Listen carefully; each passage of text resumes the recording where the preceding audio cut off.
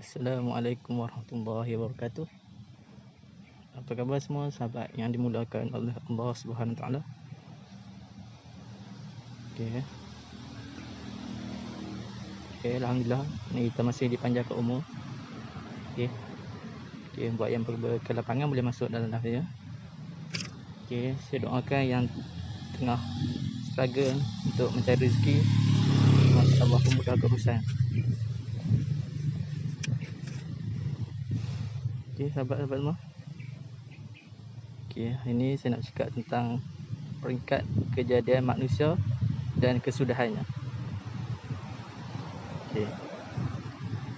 Daripada Abu Abdurrahman Abdullah ibnu Mas'ud radhiyallahu anhu, beliau berkata, Rasulullah sallallahu alaihi wasallam telah bersabda, dan baginda adalah seorang yang benar lagi dibenarkan, iaitu dipercayai.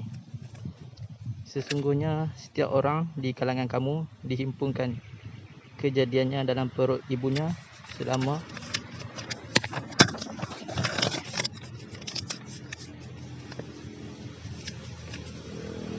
40 hari dalam bentuk berupa air mani, kemudian menjadi segumpal darah selama tempoh yang sama, kemudian menjadi seketul daging selama tempoh yang sama, kemudian dikirimkan kepadanya seorang malaikat, lalu dia menghembuskan padanya roh, dan dia diperintahkan dengan 4 kalimat. Yang pertama iaitu supaya menulis rezekinya. Yang kedua adalah ajalnya. Yang ketiga adalah amalannya, dan dia celaka atau bahagia. Demi Allah yang tiada Tuhan melainkannya, sesungguhnya salah seorang dari kalangan kamu akan beramal dengan amalan ahli syurga, sehingga jarak antaranya dan syurga tidak lebih dari sehasta. Lalu dia didahului oleh ketentuan tulisan kitab, lantas dia mengerjakan amalan ahli neraka, lalu dia memasuki neraka. Dan sesungguhnya salah seorang dari kalangan kamu akan beramal dengan amalan ahli neraka, sehingga jarak antaranya dengan mereka tidak lebih dari sehasta.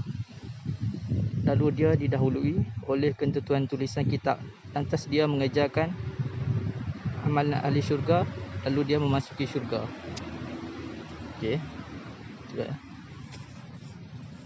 Hadis riwayat Asy-Syihan.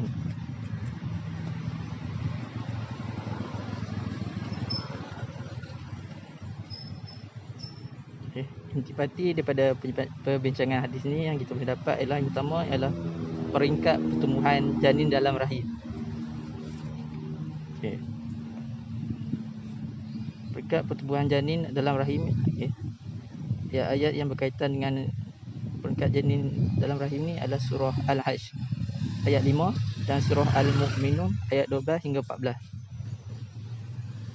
Hikmah di sebalik kejadian berperingkat-peringkat sebagai pengajaran kepada manusia untuk mencapai tahap kesempurnaan maknawi, mestilah melalui cara tadarrush, beransur-ansur, tidak gopoh atau gelojoh.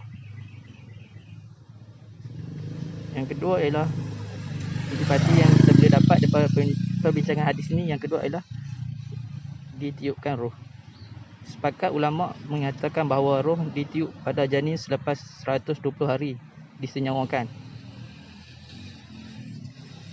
Hikmah bagi perempuan yang kematian suami, baginya iddah selama 4 bulan 10 hari bagi menjamin kesucian rahimnya bagi yang tidak mengandung.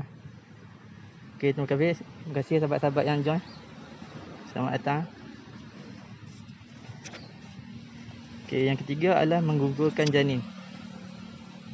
Sepakat ulama menyatakan haram setelah ditiupkan roh, dikira sebagai jenayah dan wajib membayar diat. Diat ni macam bayar denda bila kita gugurkan, bila perempuan ni gugurkan kandungan tu, sekalipun mati selepas itu. Menggugurkan sebelum ditiupkan roh juga haram pada kebanyakan pendapat, walau apapun terdapat pendapat yang menyatakan boleh, akan tetapi pendapat tersebut adalah dhaif. Harap sahabat-sahabat semua faham. Novel lah ni. Selalu tak ada orang masuk. Okey, yang keempat adalah keluasan ilmu Allah. Maha mengetahui keadaan makhluk sebelum dijadikan, sama ada iman dan taat atau kufur dan maksiat, bahagia atau derita, semua di dalam pengetahuannya. Ilmu Allah tidak menghalang manusia daripada berikhtiar. Surah Asy-Syams ayat 7 hingga 10. Okey. Okey, terima kasih Kak Siti Norizati. Okey, daripada hadis ini pengajaran yang kita boleh ambil adalah kejadian manusia yang unik menunjukkan kekuasaan Allah Subhanahu Wa Taala mencipta makhluknya. Seterusnya menjadi dalil bahawa hanya Dialah Tuhan yang berhak disembah. Kejadian manusia mesti menjadi rundingan manusia yang berakal. Kerana kejadian yang teramat indah dan unik ini tiada tolak bandingnya. Hakikatnya manusia tidak mampu mencipta manusia atau robot bernyawa yang berakal fikiran. Proses kejadian manusia yang berperingkat-peringkat ini telah diceritakan oleh Islam melalui Al-Quran dan hadis Nabi semenjak 14 kurun lampau. Tetapi manusia baru benar-benar arif tentang proses ini di zaman kemajuan sains. Ini adalah bukti yang telah jelas bahawa Allah SWT yang mencipta makhluk ini dan Dia jugalah yang maha mengetahui rahsia kejadian mereka. Terima kasih Kak Farah Hidayah.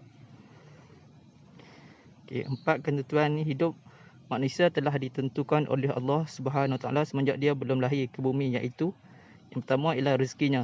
Okay, rezeki ni Allah yang tentu lah. Kita ni sebagai manusia boleh berusaha lah. Yang kedua adalah ajal kematiannya. Yang ni kita pun tak tahu bila kita mati. Contoh hari ni kita hidup, esok belum tentu kita hidup. Contoh sekarang ni kita hidup, tiba kita makan, tiba boleh mati. Jadi kita kena selalu berusaha buat diri lah. Yang ketiga adalah amalannya dan nasibnya, sama ada dia akan menjadi seorang yang susah atau senang. Okey. Ini kita sendiri yang kena usaha hari bertambah kita punya amalan. Orang lain dia tak boleh bantu kita, cuma kita sendiri yang patut buat semua tu. Okey, dan amalan terakhir manusia adalah faktor penentu kepada nasibnya yang kekal abadi di akhirat. Boleh jadi dia sangat baik sepanjang hayat, tetapi di saat akhir dia melakukan perbuatan ahli neraka, iaitu maksiat, lalu dia mati dan mendapat balasan neraka. Begitulah nasibnya. Okey, itu jawapan penyampaian saya untuk hari ni.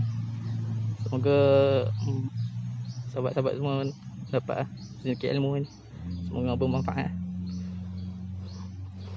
Okey, terima kasih sahabat-sahabat mana yang join. Novel pula ni. Selalunya live cakap seorang, tak novel.